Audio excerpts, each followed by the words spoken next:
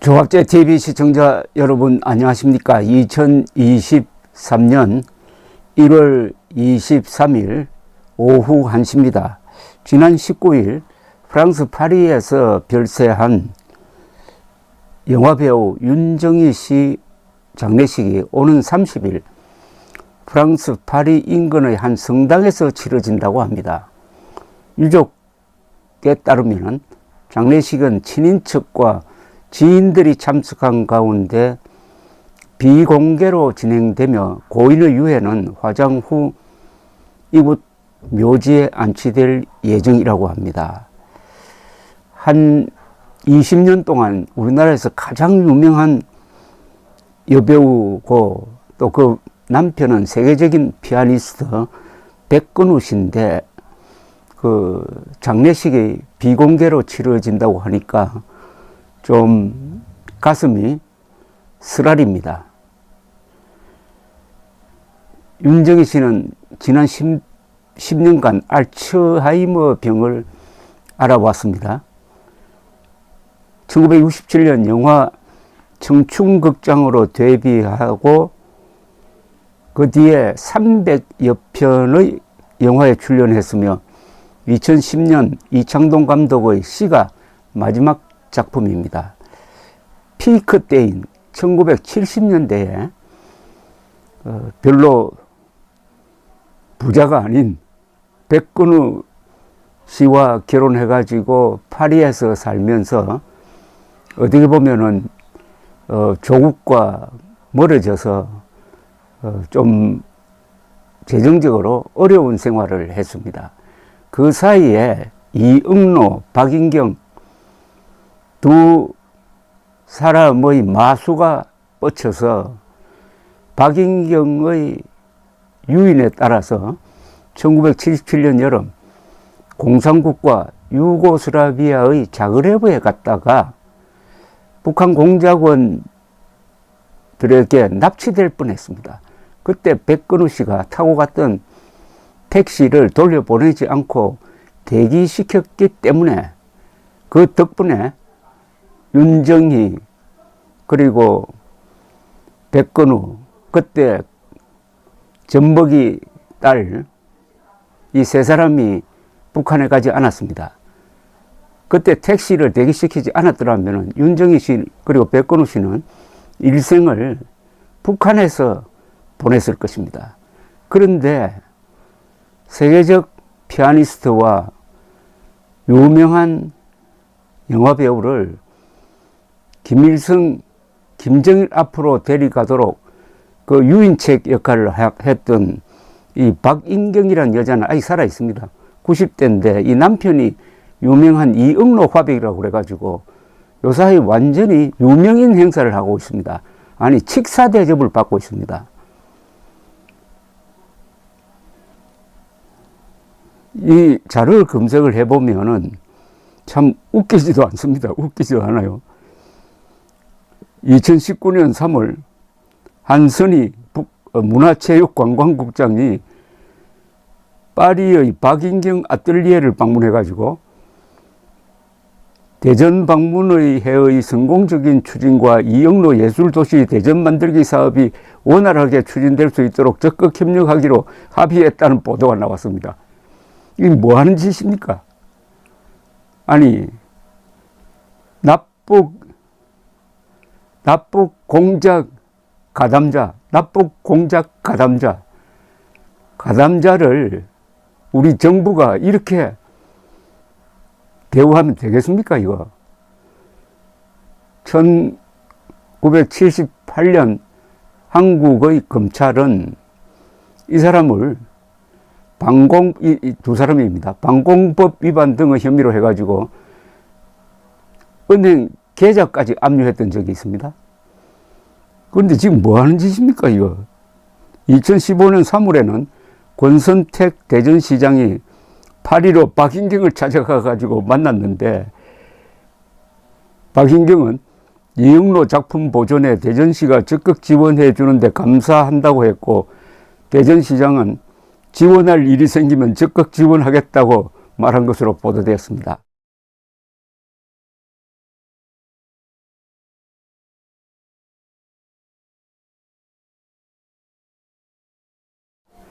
아니, 윤정희 납북공작 가담자에 대한 이 정부 인사들의 이 이상한 굴종적 태도는 국가적 추태 아닙니까? 그러니까 윤정희, 백근우 이 두 분은 파리에서 파리의 같은 하늘 밑에서 자신 세 가족을 북한으로 납치하는데 가담했던 이 박인경이라는 여자와 살고 있었으니까 얼마나 찜찜했겠습니까? 더구나 박인경이라는 여자가 좌파 정권 너의 도움을 받았는지 어찌되었든 한국에서 대전에 이영로 미술관을 만들고 문화인 대접을 하고 언론에 인터뷰를 하니까 우쭐해가지고, 그러나 기록은 기록입니다. 다행히 제가 편집장으로 있었던 월간조선에서 그동안 줄기차게 이 납치 공작 사건, 박인경의 정체를 추적했으므로 그 자료는 남아 있습니다. 지금 이영로 미술관을 운영하는 쪽에서는 반드시 거기에 뭐 미술가로 이미 대우를 해주겠다니까 그걸 뭐 없애라는 게 아니고 그 옆에 반드시 팻말을 하나 붙여야 됩니다. 이영로 박인경과 북한과의 관계에 대해서 국가적 공식 발표가 있으니까 그걸 반드시 써붙여 놔야 됩니다. 옆에. 그래서 보는 사람이 객관적으로 볼 수 있도록 해야 됩니다. 특히 대전시가 그렇게 해야 됩니다. 다시 한번 이 세월이 46년이나 흐르니까 한국 사람들이 집단 건망증에 걸려가지고 이 간첩 이야기가 나와도 별로 무덤덤하게 넘어갑니다. 그래서 깨우치는 의미에서 우선 윤정희 씨의 육성을 들려드리겠습니다. 녹음해서 들려드린다는 게 아니라 인터뷰 기록을 들려드리겠습니다. 어떻게 보면은 윤정희 씨가 생전에 유언처럼 남겨놓은 기록입니다. 이런 기록이 매우 소중합니다. 그래도 월간조선이 이런 문제에 대해서는 항상 끈질기게 심층적으로 보도한 보람을 느낍니다. 1999년 김대중 정부 시절입니다. 그 가을에 파리에 살고 있던 영화배우 윤정희 씨가 월간조선 우종창 기자와 긴 인터뷰를 했습니다. 왜 했느냐? 그해 11월호 월간조선에 보도된 윤정희 백근우 부부 납북 미수 사건의 진실과 이영로 화백의 처 박인경의 역할이라는 기사 속에 박인경 인터뷰가 있었는데 이걸 읽고 윤정희 씨는 몸이 떨린다는 표현을 했습니다. 북한과 공모하여 자신들을 납북하려 했던 박인경의 거짓말에 대해 치밀어 오르는 분노 때문이 아니라 진실을 호도하는 사람이기에 어떤 일을 저지를지 모르는 두려움 때문이라고 했습니다. 몸이 떨린다는 것은 분노가 아니고 겁이 나서 몸이 떨린다고 했습니다. 그런 윤정희 씨가 돌아가셨다고 해서 이 기록이 같이 날아가는 거 아닙니다. 월간조선 우종창 기자와 윤정희 씨 전화 인터뷰는 그렇게 해서 이루어졌습니다. 윤정희 씨는 이렇게 말했습니다. 문을 활짝 열고 파리에서 살았던 우리 부부는 납치 미수 사건 이후엔 문을 꼭꼭 잠그는 게 버릇이 되었습니다. 파리에서 택시를 탔을 때 운전사가 동양인이면 불안해서 도중에서 내렸습니다. 연주회를 위해서 미국에 갈 때면 마중 나오는 사람의 신분을 확인하고 만났습니다. 요즘도 공개된 자리에서 사람 만나기가 두렵습니다. 그 사건 이후 우리 가족이 입은 정신적 피해가 어떠했는지 아마 모를 겁니다. 두 사람이 파리에서 사니까 대한민국의 공권력이 미치지 않는 곳에서 사니까 얼마나 불안했겠습니까? 두 분은 또 뭐 가족 관계가 넓지도 않습니다. 외롭게 살았다는 느낌이 자꾸 옵니다.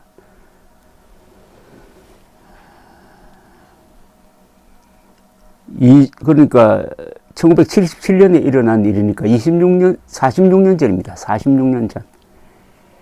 77년 7월 재불화가 이영로 씨의 부인 박인경이가 주선한 연주회에 초청받아 공산국과 유고에 들어갔다가 북한 공작원에 납치될 뻔했으나 유고 자그레브 주재 미국 영사관의 도움으로 가까스로 탈출에 성공한 윤정희 씨에게 박인경이라는 이름은 아직도 감정적 반응을 부르는 모양이라고 우종천 기자가 썼습니다. 윤정희 씨는 이어서 이렇게 이야기를 했습니다. 우종천 기자에게 국제전화로 우리 부부가 겪었던 납치 미수 사건의 내용은 당시 파리 주재 한국 특파원들이 쓴 기사에 다 나와 있습니다. 그렇지만 박인경 씨는 사건 발생 직후 한국 특파원들에게 했던 자신의 말마저도 이번 월간조선 인터뷰에서 번복했습니다. 그 태도가 놀랍고 두렵기 때문에 새롭게 인터뷰에 응하는 것이 참 조심스럽습니다. 주위 분들과 상의할 시간을 주십시오. 그 며칠 후에 전화 인터뷰에 응한 윤정희 씨는 새삼 납치 미수 공작 전후 사정을 이야기를 했습니다. 자신이 겪은 것이니까 또렷이 기억하고 있었습니다. 윤정희 씨는 인터뷰에 응하면서 박인경의 거짓된 모습에 또다시 놀라지 않을 수 없다. 우리 부부가 겪었던 납치 미수 사건의 실체적 진실을 국민들이 정확히 알 수 있게끔 잘 정리해 주었으면 좋겠다고 희망했습니다. 그 희망은 실현이 되었습니다. 월간조선 1999년 12월호에 자세히 나와 있습니다. 그 뒤에도 후속 보도를 통해서 월간조선은 당시 유고 정부가 북한에 항의를 해가지고 자백을 받아냈다는 기록까지 찾아냈습니다. 이것은 외교 문서를 통해서도 입증된 겁니다. 그러니까 완벽하게 입증된 것은 박인경이가 북한 공작과 연계되어 가지고 그 하수인 노릇을 했는데 가장 중요한 유인책 역할을 했다는 겁니다. 공산국과 유고슬라비아로 백근우, 윤정희 그 딸까지 데리고 가가지고 넘기려던 차에 백근우 씨의 임기 응보에 의해서 살아났다는 이야기입니다. 그때 만약 넘어갔더라면 어떻게 됐습니까? 윤정희, 백근우 두 분은 거기서 음악과 영화를 통해서 김일성 정권에 봉사를 했든지 그걸 거부해가지고 요덕 수용소에 갔든지 아니면은 최은희, 신상욱 씨처럼 탈출했을 것입니다. 제일 중요한 게 뭐냐? 그 자그레브로 어떻게 가게 되었느냐는 겁니다. 그때 유고에 함부로 갈 수가 없습니다. 아니, 꿈도 못 꾸는 거죠, 보통 사람은. 그런데 박인경이가 어떻게 이 유명 인사를 당시 유고슬라비아 자그레브로 데리고 갈 수 있었느냐에 대해서 지금부터 윤정희 씨의 설명이 있습니다. 1999년 우종찬 기자와 인터뷰한 내용을 정리한 겁니다. 연주회를 주선한 사람은 박인경입니다. 이영로 화백과는 관계가 없습니다. 박인경 씨는 스위스 제1의 갑부로 굉장한 은행가가 있다고 했습니다. 그 은행가가 자기 별장에 스위스 상류층 인사들과 언론계, 예술계 인사들을 초대해 연주회를 갔는데 그 사람들에게 남편을 소개시켜 주고 싶다는 것이었습니다. 남편은 좋다고 했습니다. 유럽에서는 모차르트 시절부터 별장에서 연주회가 열렸기 때문에 별장 연주회에 초청받는 것은 이상할 게 없습니다. 별장 연주회라면 적어도 2, 3개월 전에 초청하는 게 관행인데 이번 것은 일주일 후에 열린다고 하기에 다소 의외라고 생각했을 뿐입니다. 남편은 일주일 후라면 시간이 촉박하고 연주 일정도 있고 해서 처음엔 곤란하다고 말했습니다. 그랬더니 박인경이가 갑자기 고개를 숙이고 말도 안 하고 꼼짝없이 앉아 있는 겁니다. 말을 하기 싫을 때 짓는 박 씨 특유의 버릇입니다. 그 당시 파리에 거주하던 우리 부부에게 어머니와 같았던 박 씨가 크게 낙담하는 모습을 보이니까 우리 부부는 굉장히 어색하고 죄책감을 느껴 응했던 것입니다. 마침 연주의 날이 제 생일과 겹쳐서 생일을 스위스에서 보내기로 했던 것입니다. 남편은 박인경에게 초청자가 누구인지 연주의 장소는 어디인지 알아야 하므로 계약서는 아니더라도 초청장은 보았으면 좋겠다고 말했습니다. 이틀인가 3일 후에 박인경이 초청장을 갖고 찾아왔습니다. 그런데 이때부터 수상합니다. 박인경은 핸드백에서 초청장 봉투를 꺼내 살짝 보여주고는 반으로 접어서 집어넣었습니다. 박씨 말로는 연주회를 2번 하는데 한 번은 나이 많은 부모와 가족 앞에서 또 한 번은 상청 인사들을 위한 것이며 2번의 연주회 모두 스위스 별장에서 열린다고 했습니다. 그러니까 간 겁니다. 아니 유고슬라비아에서 열린다고 하면 갔겠습니까? 거짓말 했다는 이야기죠. 박인경이가. 초청자 측에서는 슈베르트, 차이코프스키, 쇼팽, 베토벤 등을 듣고 싶다고 했지만 시간이 촉박한 관계로 연주 공목은 연주자가 정하겠다고 남편이 말해 주었습니다. 윤정희 씨는 전화 인터뷰에서 연주자가 초청장을 갖는 것이 당연한데 박인경 씨는 무슨 이유에서인지 초청장을 주지 않았다고 말했습니다. 참 기가 막히죠. 그렇다면 초청장은 언제 어디서 무슨 이유로 공개됐을까? 이는 초청 경위 못지않게 이 사건 실체에 접근한 단서가 된다면서 우종찬 기자가 윤정희 씨에게 물었더니 윤정희 씨가 이렇게 이야기합니다. 초청장 원본이 공개된 것은 유고 자그레브 주재 미국 영사관 안이었습니다. 연주회 장소로 예정된 자그레브 별장에서 탈출한 뒤에 미국 영사관에 찾아가 도움을 요청했을 때 사건 경위를 조사한 사람이 크리스텐슨이라는 영사였습니다. 크리스텐슨 영사가 문제의 초청장을 보여달라고 요청하자 박인경이가 그때서 핸드백에서 꺼내주었습니다. 크리스텐슨 영사는 그 즉시 초청장을 복사를 했습니다. 크리스텐슨 영사에게 부탁해 우리도 사본 한 부를 얻을 수 있었던 것입니다. 이렇게 해서 이제 초청장이 나왔습니다. 나중에 설명드리겠지만 그 초청장 보면은 초청자 이름이 나오는데 이거 완전히 유령인물입니다. 처음부터 북한과 박인경이가 짜고 했다는 거죠. 이때 윤정희 씨 부부가 입수해서 파리 주재 한국 특파원들에게 공개했던 초청장 사본은 초청자가 미하일 파블로비크라는 이름으로 되어 있었지만은 기자들이 취재해 보니까 가공인물이었습니다. 유령인물이었습니다. 윤정희 씨는 연주회 초청은 우리 부부를 해외로 유인하기 위한 일련의 시나리오 아래 계획된 것이라면서 그 근거로 박인경 씨가 스위스 연주회 초청 전에 2차례에 걸쳐 해외여행을 제의한 적이 있다고 말했습니다.